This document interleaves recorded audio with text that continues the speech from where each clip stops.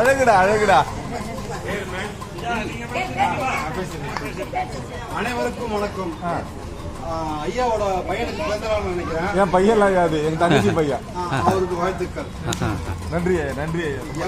எவ்வளவுதான் இறுக பிடித்தாலும் இலகுவாக விலகத்தான் செய்கிறது.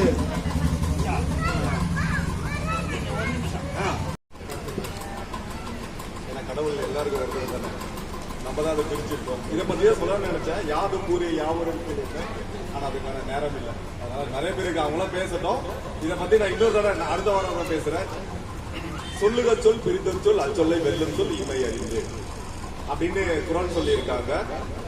என்ன இது குரல்னா, சொல்லுக சொல் பிரித்தொரு சொல் அச்சொல்லை வெல்லும் சொல் இமை அறிந்து அப்படின்னா இன்மை அறிந்து அப்படின்னு சொல்லியிருக்காங்க. அப்படி என்னன்னா, இப்ப நம்ம வாதம் பண்ணி வெற்றி பெறுவது பேச்சு அல்ல. உலகில் வெல்லக்கூடிய சொல் அது ஒரு சொல்லுதான். அது என்ன சொல்லுனா உண்மை மட்டும்தான். அது சில நேரங்கள் பின்தங்கிற மாதிரி இருக்கும், திரைமறைவில் இருக்கிற மாதிரி இருக்கும். ஆனா என்றுமே உண்மை வெளிப்படும். வாய்ப்பளித்தவங்க அனைவருக்கும் நன்றி கூறி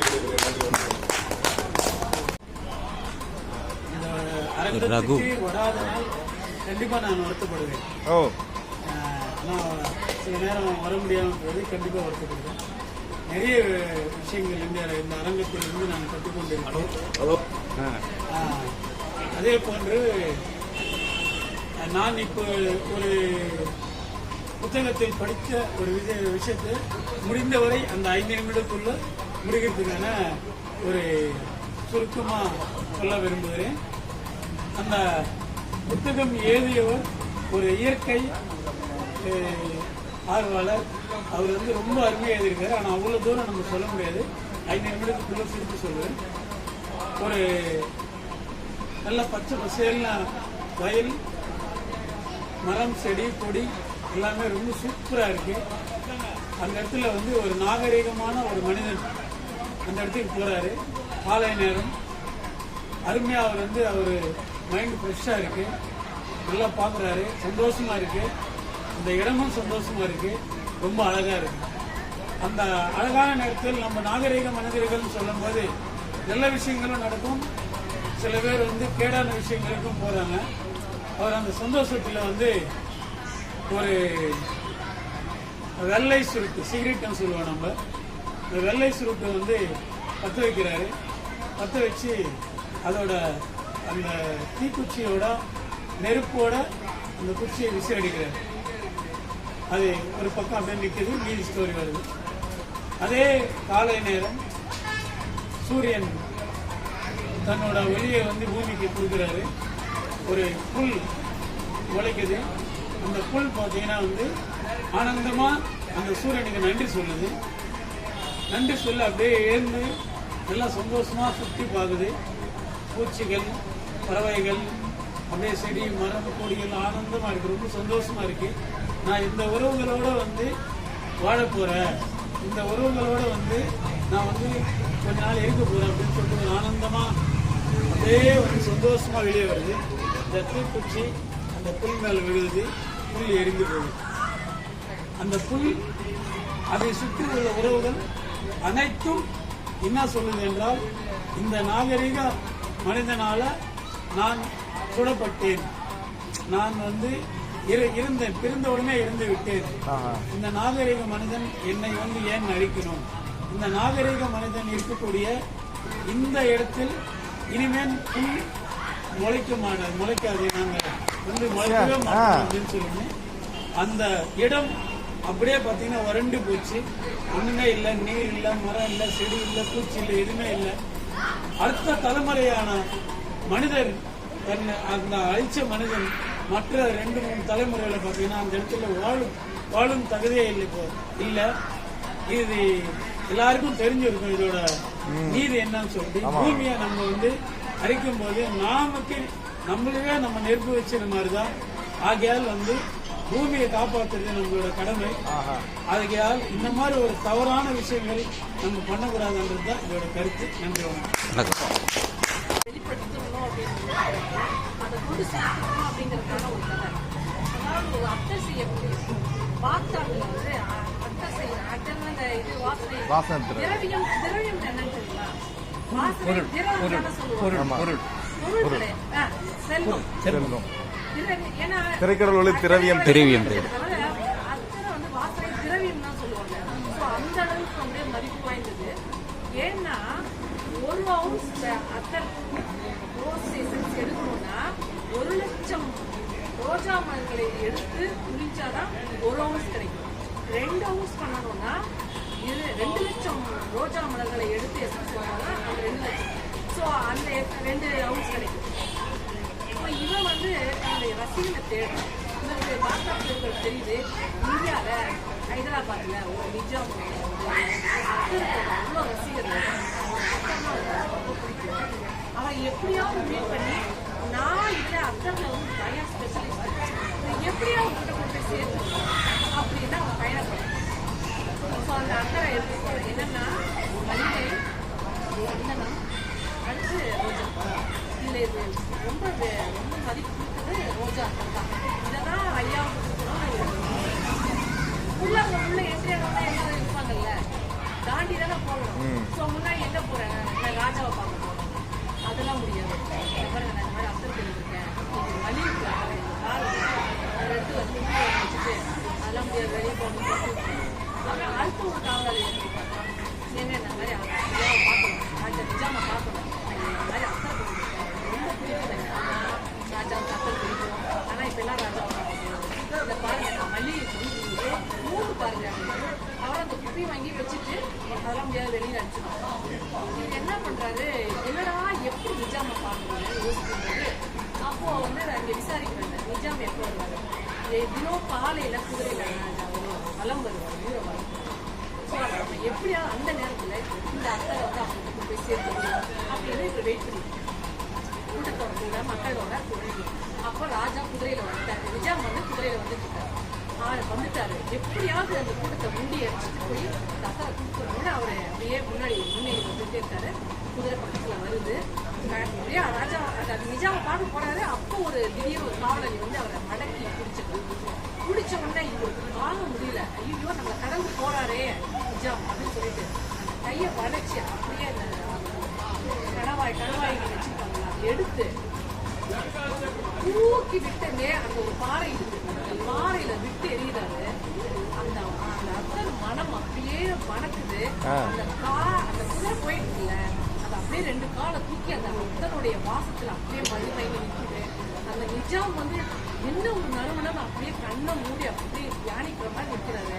அவன் இதை பார்க்கறான், பார்த்தாரு அது வந்து நான் பார்க்கறான். அவனுக்கு ஆனந்தமா இருக்கு. நானு நினைச்சது நிறைவேறிச்சு. ஏன்னா நிஜாம் அதை ரசிச்சுட்டாரு, என்னோடதான் ரசிச்சுட்டாரு அப்படின்னு சொல்லி நிம்மதியா திரும்பி போறான் அப்படிங்கிறது. இது வந்து கோல்கண்டால இது நிஜமா நடந்த ஒரு இன்சிடென்ட். 2020 பர்வீன் சுல்தானா அந்த கோல்கண்டாவுக்கு போயிருக்காங்க. அதே பாறையை போய் பார்த்துருக்காங்க. அந்த பாறையை மோந்து பார்த்துருக்காங்க. இன்னமும் அதுல ரோஜா அத்தர் வாசம் வந்துருக்காங்க.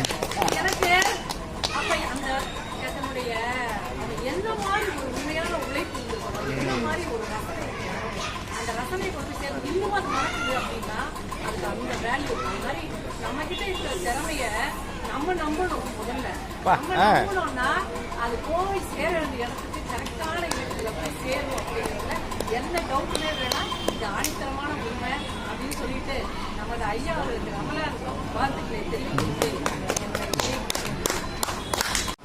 செல்லும் மொழி எப்படியாது வெல்லும் மொழி, உலகை வெல்லும் மொழி, அன்பால் உலகை வெல்லும் மொழி தமிழ் மொழியாக இருக்கிறது என்று சொல்லி அருமையான நம்முடைய குலத்துலகத்துடைய 479வது வார நிகழ்ச்சியை சீரும் சிறப்பான முறையிலே நெறியாண்டி செய்து கொண்டிருக்கக்கூடிய எங்கள் அருமை அக்கா அவர்களே, அவரோடு அரங்கத்தை கட்டி காத்துக் கொண்டிருக்கிற எங்கள் காப்பாளர் அவர்களே, நேரம் இருந்த காரணத்தினால் நேரடியாக இணைந்திருக்கக்கூடிய உறவுகள் அத்தனை பேருக்கு என்னுடைய நெஞ்சார்ந்த வணக்கங்களை தெரிவித்துக் கொள்கின்றேன்.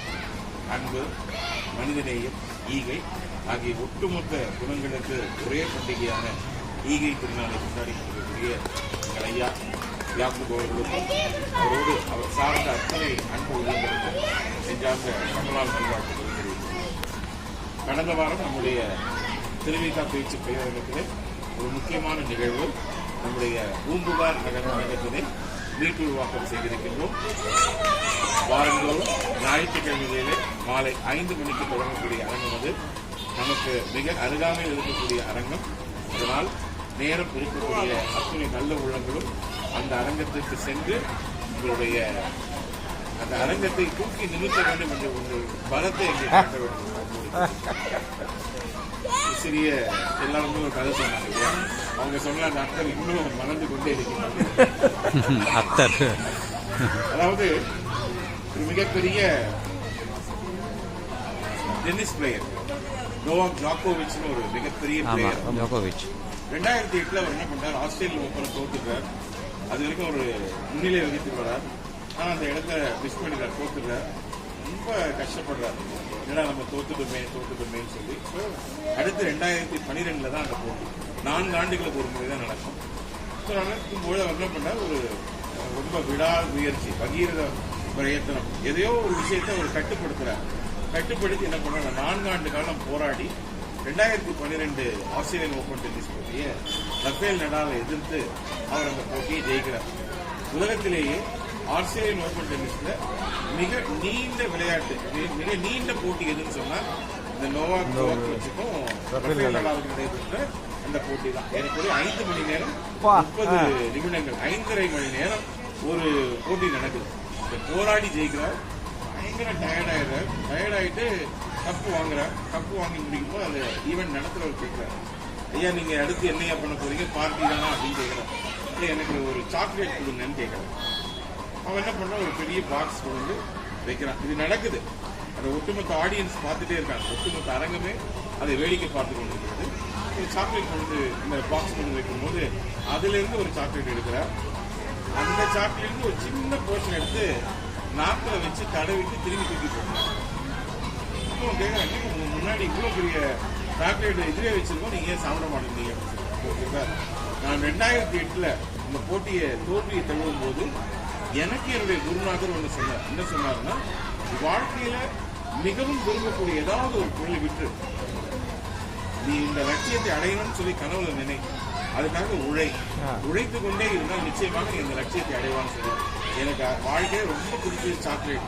ஸோ அந்த சாக்லேட்டை நான் அன்னிலேருந்தே நான் சாப்பிட்றதே இல்லைன்னு சொல்லி ஒரு கட்டுக்கோப்போடு இருக்கேன்.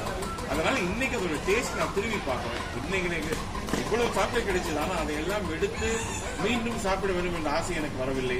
அதோட டேஸ்ட் எப்படி இருக்கு, எதுக்காக சொல்றோம்னா, இன்றைய சூழ்நிலை நிறைய பேர் ஒழுக்கம் என்றது எல்லாத்தையுமே இருக்கு. ஒரு பேண்ட் போட்டா ஷர்ட் போடணும், ஸ்லிப்பர் போடணும், ஷூ போடணும். ஆனால் சுய ஒழுக்கம்ன்றது நிறைய பேருக்கு இல்லாம போயிடும். எப்படின்னா, there is a difference between discipline and self discipline. ஒரு தெருவில் போறோம், குப்பை போடக்கூடாது, that is discipline. குப்பை எடுக்கிறாங்க, அதுக்குன்னு ஒரு ஆட்கள் இருக்காங்க. ஆனால் விழுந்த குப்பையை எடுப்பது, ஒரு குப்பை விழுந்துச்சு அதை எடுத்து இருக்கக்கூடிய டஸ்ட்பின்ல போடுறது, that is self discipline.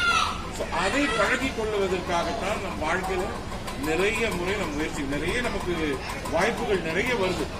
நம்ம இப்பதான் பாத்தீங்கன்னா கைக்குள்ளேயே நமக்கு அந்த சாதனை வந்துருச்சு. தெரியாத விஷயத்தெல்லாம் கூட தெரிஞ்சுக்கணும்.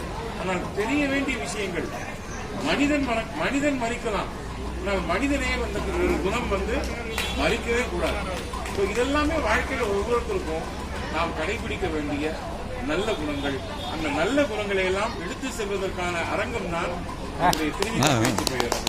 வாரந்தோறும் பாருங்கள், உங்களுடைய கருத்துக்களை எல்லாம் பாருங்கள். 5 நிமிஷம் பேசுங்க, 50 நிமிஷம் அத்தனை பாருங்க. பல வருஷத்துக்கு முன்னாடி எடுத்துட்டு போன அந்த வாசம் இன்னும் கூட விடலை எங்க அக்கா.